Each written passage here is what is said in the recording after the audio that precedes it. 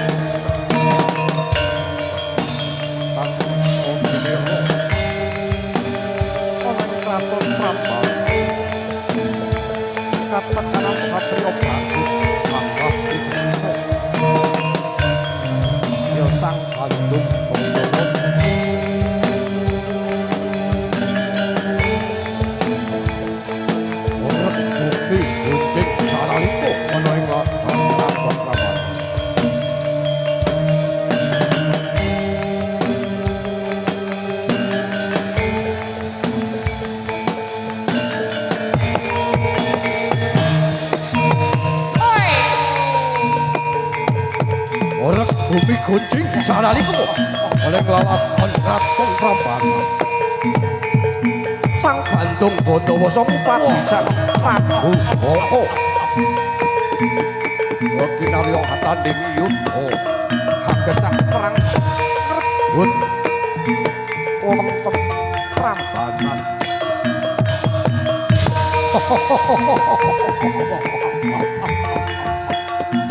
Boko metu kowe Boko tanding yudha marang ingsun ya sang Bandung Bondowoso ingsun lanange jagat. Oh, kowe para prajurit undang ratu kaya tanding yudha marang tanggap ing sasmita para prajurit kaya ento ana ing kraton Prambanan ketaman bebaya.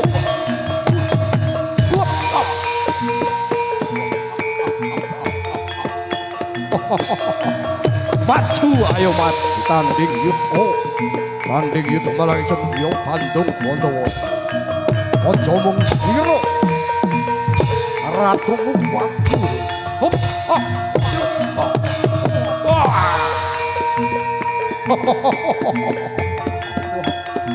Sakmono kategayan. Boko tanding ana ingsun metu kowe Boko.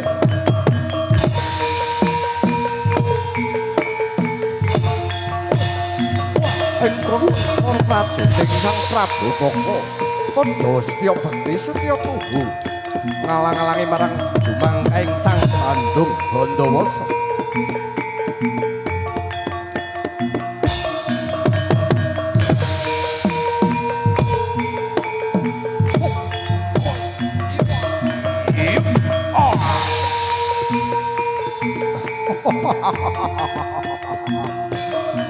Bumi horeg bumi gunjing sanaliku kena daya pangaribawane kasektene Sang Bandung Bondowoso.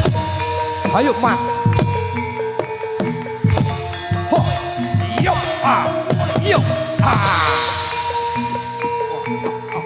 Utar kacir nalika samangka para wadya bala para prajurit Prabu Boko. Ayo maju tanding yudha aja siji bos. Maju bareng tanding ana marang ingsun.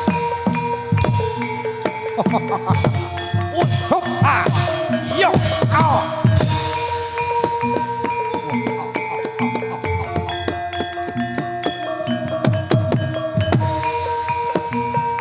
ayo panto samono lan lalatan kraton Prambanan tebrut petang lali mangan. Bumi horeg bumi gunjing sanaliku. Bandung Bondowoso kabondo marang prajurit ingkang Prabu Boko. Kantun jat dasar satriya bagus gagah pideksa. Ya aku lanang jagat Bandung Bondowoso.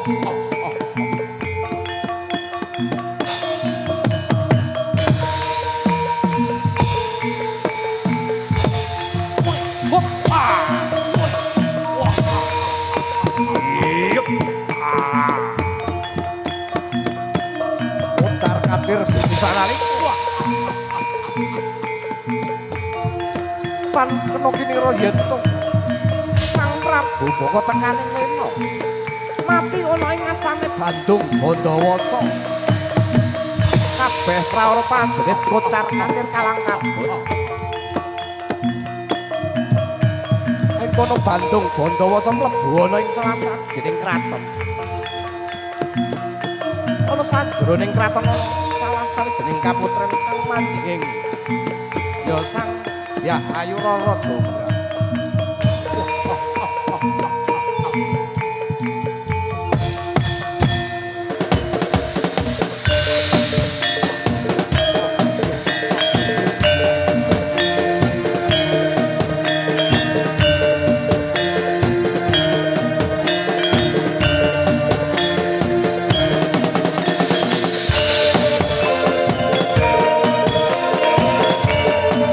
Ya ayu Rara Jombang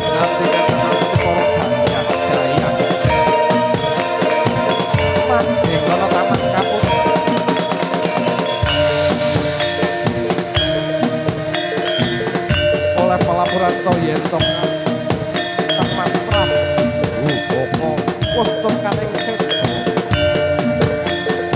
ana ing astane Bandung Bondowoso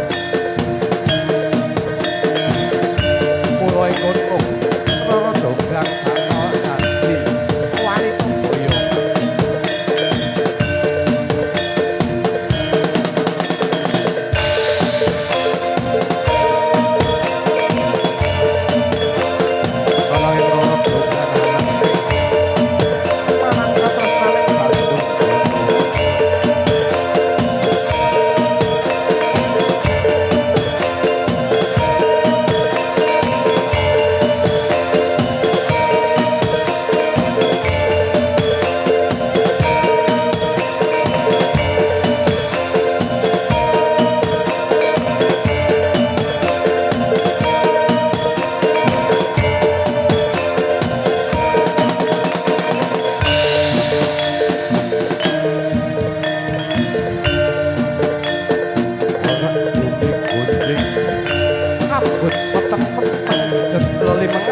sajroning taman Kaputren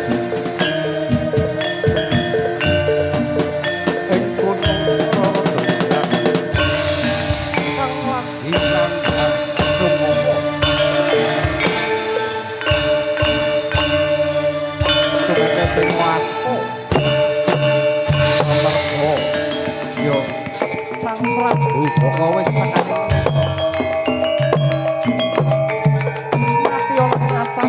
Bondowoso ana tengahing alas Rama Segara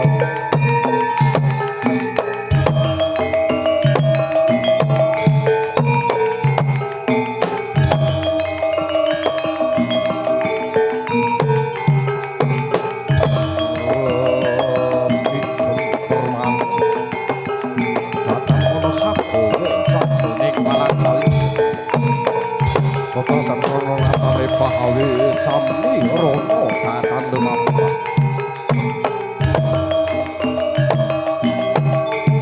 Kabyarsa hamung swarning pratamba kang muna angren ngamebti sajroning sasana pagelang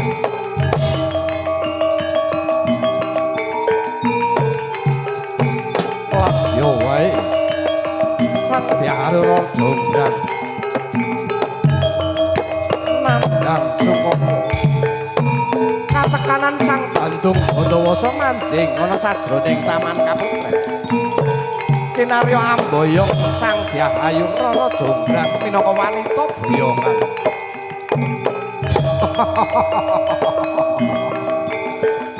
ana wanita ayu sulistya ing walu Jonggrang Jonggrang waspadakna Jonggrang yen to Ratu Prabu Baka wis tekaning pati mati ana tanganku Jonggrang mula ing dina iki kowe dadi wanita boyongan Jonggrang manuta tak boyong Jonggrang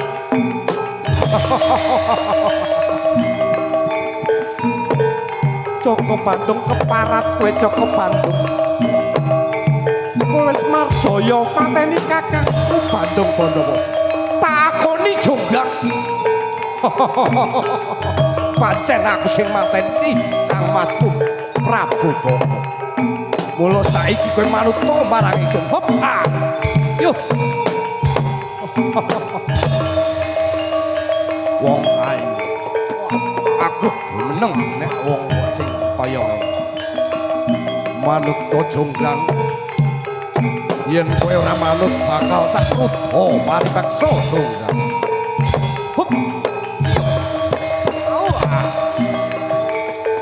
ing kono Rara Jonggrang mboten purun dados garwa boyonganipun Bandung Bondowoso Rara Jonggrang sampek katresnane Bandung Bondowoso saya dangu Bandung Bondowoso murka paring rudha paripaksa marang Sang Hyang Rara Jonggrang manuta Jonggrang tak kepenake uripku manuta marang dadeke garwaku Jonggrang ora Bandung aku ora bakal menet marang kowe waspadakna Jonggrang prajurit wis kabeh kalah perang Raka Prabu wis tekaning pati ning kowe ijehake Oh, ayo manut tak boyong Jurang. Ora Bandung. Aku gelem duwe dadi garwamu ning aku duweni bebono. Bebono apa jonggrang kang mbok jaluk. Aku duweni bebono. Yen ta kowe gak iso gaweke candhi sewu ing wektu sewengi. Aku gelem dadi garwamu Bandung Bono. Kowe sumpah, kowe duwe bebono. Mung jaluk candhi sewu sewengi kudu dadi. Tak sembadani jonggrang. Apa sing ora bakal lakon marang Bandung Bondowoso? Yo iki lananging jam.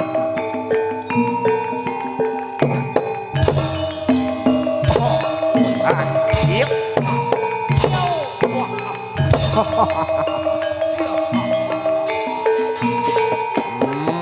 Ono wanita kaya ngene. Saya gedhe nggon Tresna marang kowe jonggrang. Entenono jonggrang bakal tak sebadani apa kang dadi bebananmu. Ing kono Bandung Bondowoso. Bakal nyembadani apa kang dadi bebanane jonggrang. Ayo anggawe candhi sewu ing wekti sewengi kudu dadi. Wah! Yo yo yo yo.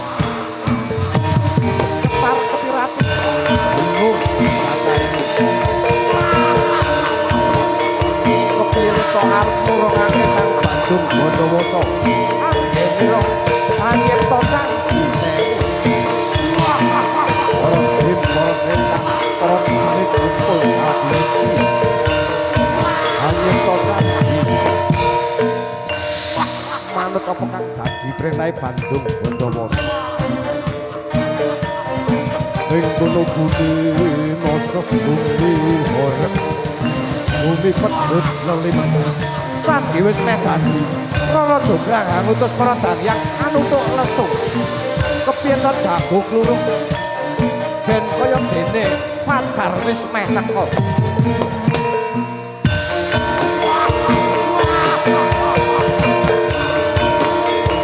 wis dadi pandi sayu kurang siji jago klurung muni satondo satondo kocar aten para prajurit bantuk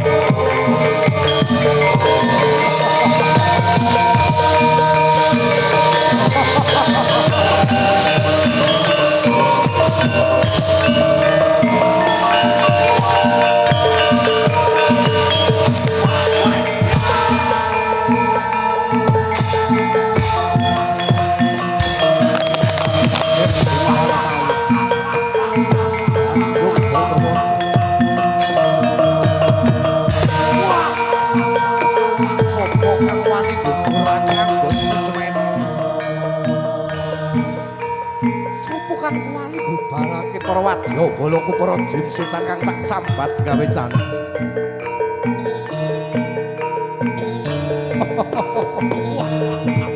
candi Dewa wis dadi apa kang dadi bebanane Rara Jonggrang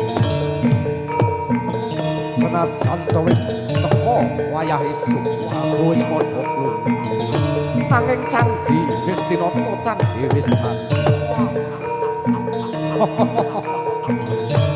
Jonggrang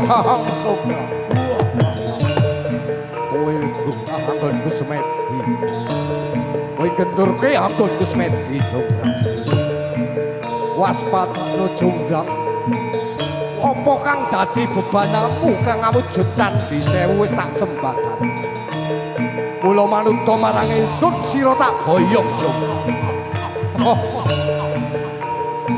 Kosek Bandung Bondowoso. Aja kirang gemuyu, aja gebrakan. Iki wis tekan titi wancine esuk jago wis padha gluruk sengenge wis mlethek. Ananging aku ora percaya yen kowe wis nyipta candhi cacah sewu. Kowe jeh ora percaya marang aku Jonggrang. Yen ngono hitungan siji bawa siji. Bakal tak hitung siji bawa siji Jong Bandung. Siji loro telu 10 20 30 40 80 90 97 98 kowe gagal dong, kowe ora iso nyebadani apa kang dadi beban aku. Lho piye? Aku ora iso jebadani kang dadi bebanmu. Candhi wis dadi sewu. Gunung Bandung Bondowoso. Yen candhi sing mbok gawe iki jek kurang siji. Kuwi cacahe gek 999. Keparat kowe Jonggrang. Kowe licik Jonggrang. Iki isih ana ing tengahé wengi. Ananging kowe ngutus para dayang supaya nabuh lesuk. Supaya ne jago ben padha gluruk. Ora Bandung. Iki wis tekan wayahe esuk Bandung. Ora iso kowe licik dasar wanita keparat. Licik kowe Jonggrang. Aku tetep ora iso berarti karo bayanganmu Bandung Bondowoso. Mergo kowe ora iso nyebadani. Ing kono Bandung Bondowoso murka marang Rara Jonggrang. Kasabda Sang Yahayu Rara Jonggrang dadi genepe candhi sewu. Jonggrang yen pancen kuwi sing dadi kekarepanmu. Kowe kang dadi genepe candhi sewu Jonggrang. Sanalika Jonggrang dadi reca. Jonggrang! Jonggrang!